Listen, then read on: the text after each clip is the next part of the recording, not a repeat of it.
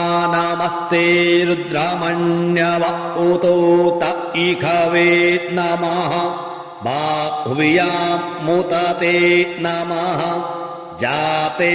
रुद्रस्यैवा तनो रघोरा पापकाशिनी तया दशतन्वा सन्तमया गिरिसन्ता विचाकशीः जामिखोङ्गिरिसन्तास्ते बिभर्खस्तावे शिवाङ्गिरित्रतां कुरुमा हिग्गों सीः पुरुखं जगत शिवे नवचसा त्वा गिरिशाच्छा वदामसि यथा नः